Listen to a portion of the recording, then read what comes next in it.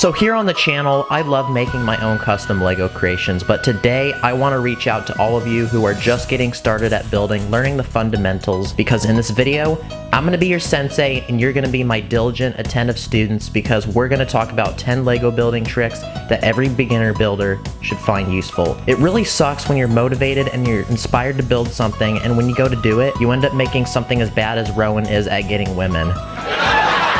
These are tricks that have helped me as a builder, and no matter what experience level you have, I think that you can take something out of this video. So anyway, let's go.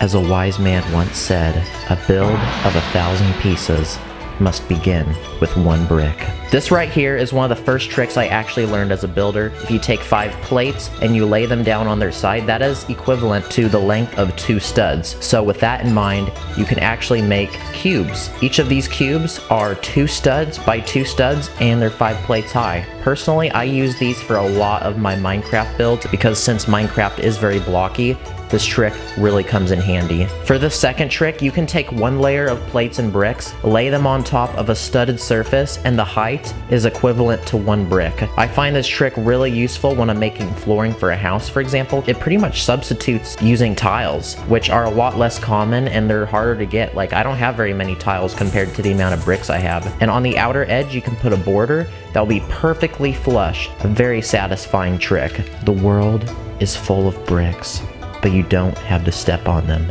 Now in Lego, there's vertical building, but there's also horizontal building. To build horizontally, these are the gorgeous, handsome beauties you need. These are snot bricks, or studs not on top bricks. They're pretty much regular bricks with sides that have been modified just to accommodate studs. And with these studs, you can build at 90-degree angles, which opens a ton of windows to different things you can build. I'd say that snot is one of the most fundamental pieces that I use in building. Pretty much every build that I've done, I've used this technique. A similar item to building sideways is the bracket. Brackets are super similar to snot bricks, but instead of bricks, they're pretty much plates with a little lip on them. But what makes brackets particularly different than snot bricks is that this tiny surface is really slim and it's actually half of a plate thin. The cousin of the bracket is the eyelet brick, which unlike the bracket, it's inverted by a stud. So with that in mind, you can actually take eyelet bricks and brackets and you can make a 1 stud space. Also, I mentioned that you need 5 plates to build 2 studs. Well, divide that by 2 and you will need 2.5 plates to go 1 stud. So to do that, these bracket pieces kick in and do the job for you.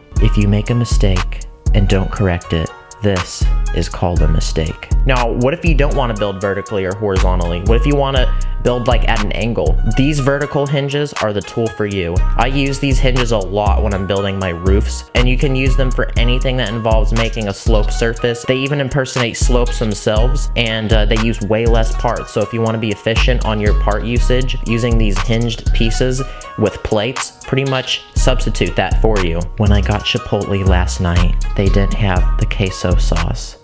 Okay, what script is this that I'm reading right now? Now, what if you don't want to build in any of the ways that I talked about? Hey, Lego's got everything to fit your needs, I guess, because we have these little bad boys. These are horizontal hinges. You can use them to connect any 2 points together with an angled surface. Even if you don't have these bad boys, you can still build at an angle, even using bricks and plates. Here are a few connections that I found out myself, so try them out, and I bet you can build some really cool things with these. Now, Lego makes a lot of wacky pieces. I'm talking about circles, curves, triangles, spaghetti, noodle, whatever the heck they're called. So here's just a bunch of ways that they can connect with each other. Here's all the relationships. This macaroni piece is perfectly in line with this curved plate. The smaller macaroni pieces align with a 2x2 circular tile and also with a 4x4 circular plate. And similar to weirdly shaped plates are also weirdly shaped bricks. So here are the relationships between slopes and inverted slopes. You can also use these arch pieces for windows. Here is a thin window which uses a 1x4 arch, and this window which, well, doesn't quite use a 1x6 arch, because I don't know what the heck Lego was on when they made this, but they didn't design this window to be compatible. Lego makes 2 types of Technic pins, the gray ones and the black ones. The black ones have a rougher texture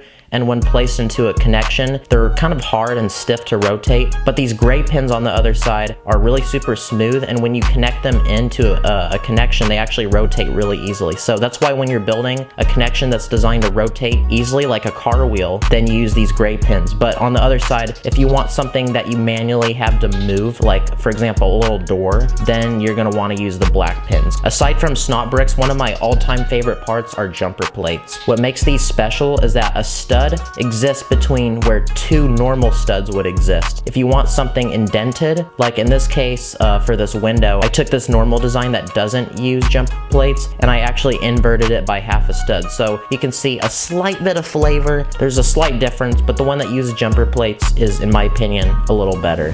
Now, what's something you learned in this video? I hope you all leave knowing that you learned a new piece of information. If you enjoy the energy on this channel, if you enjoy the good vibes, subscribe, like this video, and most importantly, please follow my TikTok, because let's try to get to 10K followers before New Year's. So I hope you enjoy these tips. Hope you all enjoy this peaceful, relaxing session, and keep on building. Woo!